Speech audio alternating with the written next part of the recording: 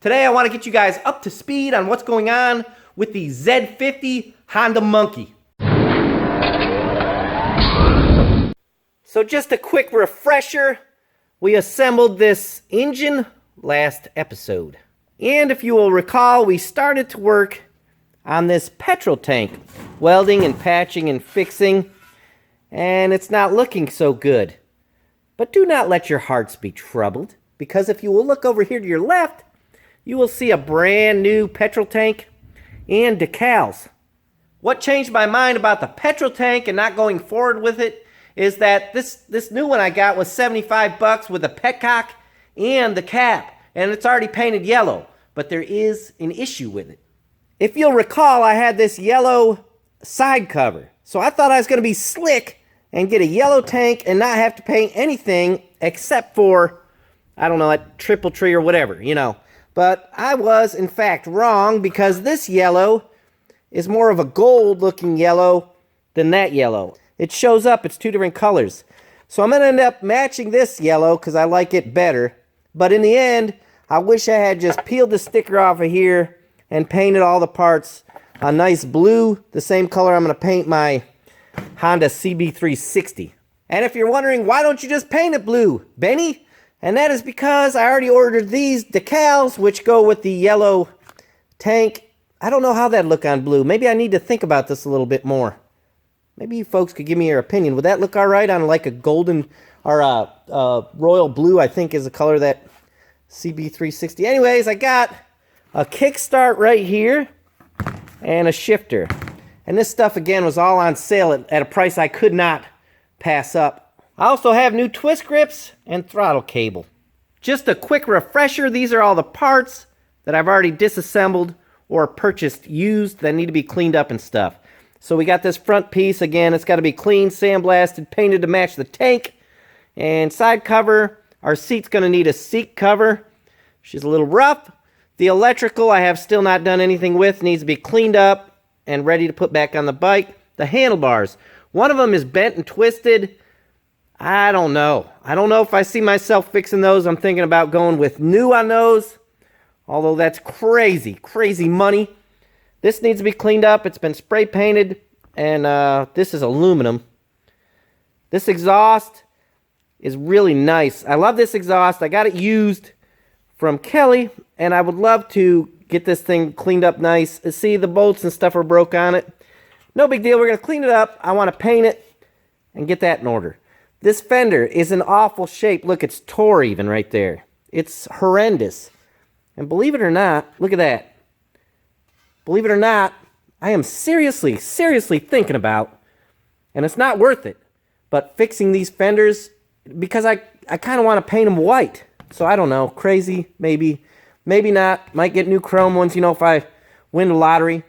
This right here, the foot pegs, needs to be cleaned, obviously. The forks, if you recall, I melted one of these little plastic things. I'm going to finish disassembling them and get those cleaned up too. This is all that's left to disassemble. The back wheel, the back shocks, the fender, you know, the frame. And that way we can get this frame cleaned up, sandblasted, and painted. Stick our engine in there, start putting these wheels on there, and making this thing look like a bike again. Alright guys, real quick before we begin the disassembly of this Z50, if you're interested in the previous videos on this bike, or any other project that I've been working on, check out my playlist. Although I jump from project to project, I have organized all the different projects in the playlist for your binge-watching viewing pleasure. If there's a new video on a project, I'll update the playlist for you. This is the front wheel, and there's the brakes right there. I don't know, guys. Can I keep using those? I kind of feel like I could. We'll see how much they are.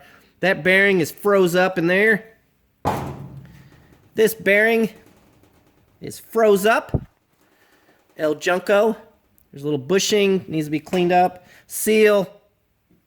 And I think that's a good bearing.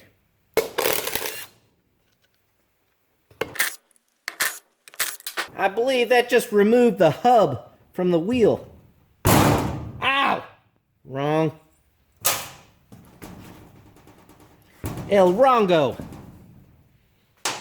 It's alright. Oh, Different size. No, I ain't wrong. No, that hub should come out. Needs a little persuasion. Sugar works better than vinegar, they say. Oh, please, hub, come out, please. Nope. There you go, how you do? If these had good tubes in them, I would not take these wheels apart. I would just clean them up and paint them, you know, tape them off, but the tubes are bad. The tires aren't the best. But will I use the tires? It's hard to say. I got nuts on the back that are spinning. I've become a little concerned that this bead might be hard to get off after I unbolt it, so I'm going to use this pogo stick made for taking tractor tires off to break the bead first before I unbolt it.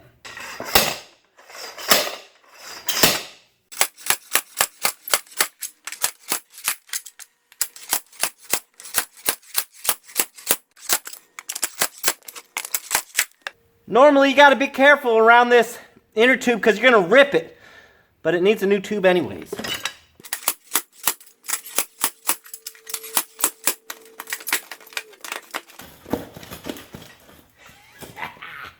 Now let's see how we did. Ah, isn't that nice? Wow, look at the rust. Quite a bit.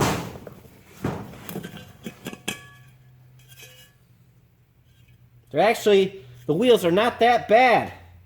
Not bad at all, in my opinion.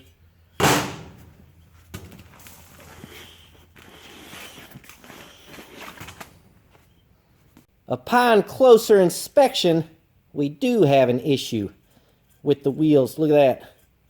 That's right. We'll weld her up. Moving right along, I think I'll get this brake lever took off of here. And I think if I just undo this, it'll slip off. Let's see. Whoa. Put a little oil on there. A little slickum goes a long way. The can's broke off. That's why I'm doing it like that. When bolts are stuck like that, a lot of people think you shouldn't use an impact because you're going to break them off. But it's actually better to use an impact driver because it's like a hammer. It breaks it loose as it goes.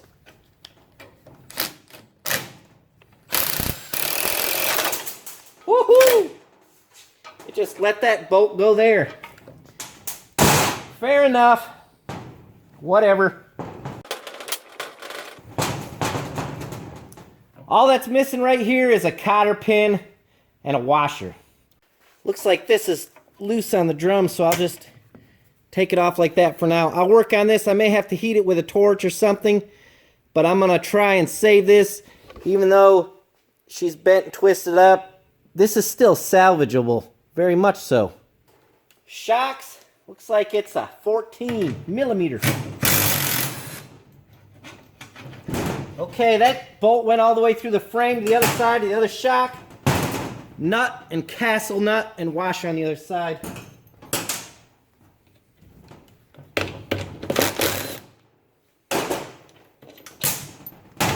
Flop her over. Oh, washer. Oh, another shock. Hey. Hey, hey. We're right here. Let's get this chain guard off. 10 millimeter. I should have pressure washed this thing first, but I didn't. Let's get this back wheel off now, shall we? 19 millimeter with a 14 millimeter wrench underneath it.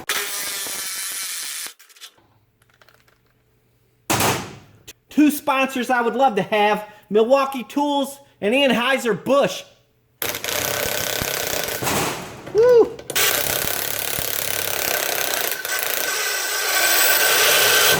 An old bolt, smaller size. It's not going to take much. It's not that stuck. She's out. Be sure and take your old bolt and throw it back in the bolt bin so you don't get it mixed up with your other parts. Uh-oh. Don't do that. These are 12 millimeter.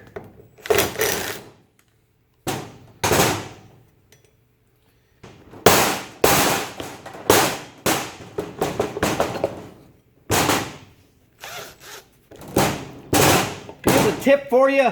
Nut stuck in a socket, thread it back on a little bit, pull your socket off. What's happening right here, it almost appears as though somebody did not have the right size bolt, so they made their own with nuts. I don't know, that does not look factory to me. At second glance, they do look factory because there's no threads here. I thought it was maybe a long bolt and they threaded a nut, but that's not the case. So I'm not sure why they're made like that. But yeah, I do believe it is factory now. The same with this hub. We first want to try and use sugar instead of vinegar. So, you know, please come off, hub. Please come off. And if that doesn't work, then we use vinegar. So here's the vinegar. And that worked in this case, in this scenario. These bearings feel pretty good, actually. They're still rolling. Feel pretty good. I wish that they just made a kit. I have to look into it, but maybe they make a whole entire bearing kit. I would love that. So we could just replace all of them. The inside of the drum looks like crap, and I have no clue where the brakes even are. I must have... Oh, here they are. The brakes must have fell out on the table when we were working on the wheel or something. I don't know. They don't look terrible. I don't know how thick these are supposed to be. If you guys know, let me know. I'm not real sure. They don't look awful. If we can reuse them, I will. This wheel and tire will be disassembled just the same as the first one. I will not bore you with that.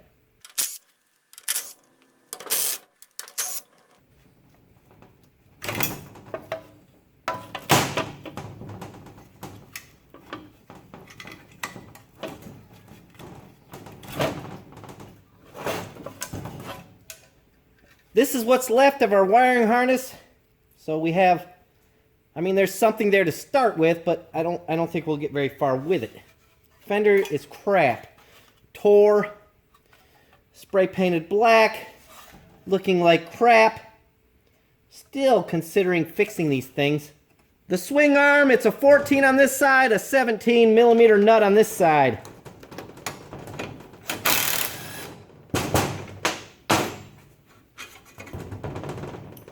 Nice. Is that factory bent like that? I do not know. Help me out, guys, if you know. Whatever this little plastic thing is, it needed to come off of there. All I see left now is a few rubber grommets here and there, so I'll remove those. Normally I would just tape this tag off, but since I have everything apart, I'm just going to take the rivets out. I can get to them from the back side with this punch, see? Right, like so, and I'll give her a smackaroo. Let's see if it come out. Ah, see that? Check that out. Just a little rivet. I don't play the guitar, but I do weld. So let's see.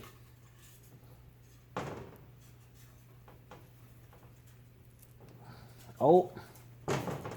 So there's the tag, and it came out all right, but I wish I had not so foolishly used the welding wire and just used a razor blade to slide in on both sides. That's what I did, and it just came off real easy. I don't know what I was thinking.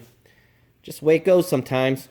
What's cool about the little Z50 is you can buy every single part for this thing, and it might be just a little bit costly, but in the end, I believe you can restore one of these, like brand new, you know, you and your kid or something, for less than what a new mini bike costs, and you have more than what a new mini bike is.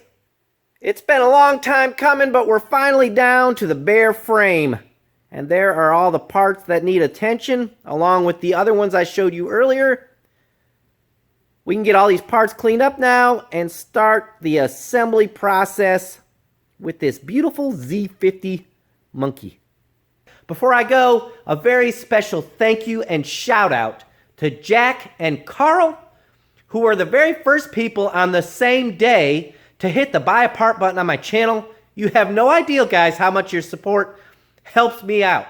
The little inexpensive parts quickly accumulate to be a big, substantial bill. I'm assuming you guys knew that, and that's why you helped me out. You're the very first to do it, and I just want to thank you so much. Not only that, but your kind words about my channel keeps me going. Thanks, guys, for watching, and we'll see you next time.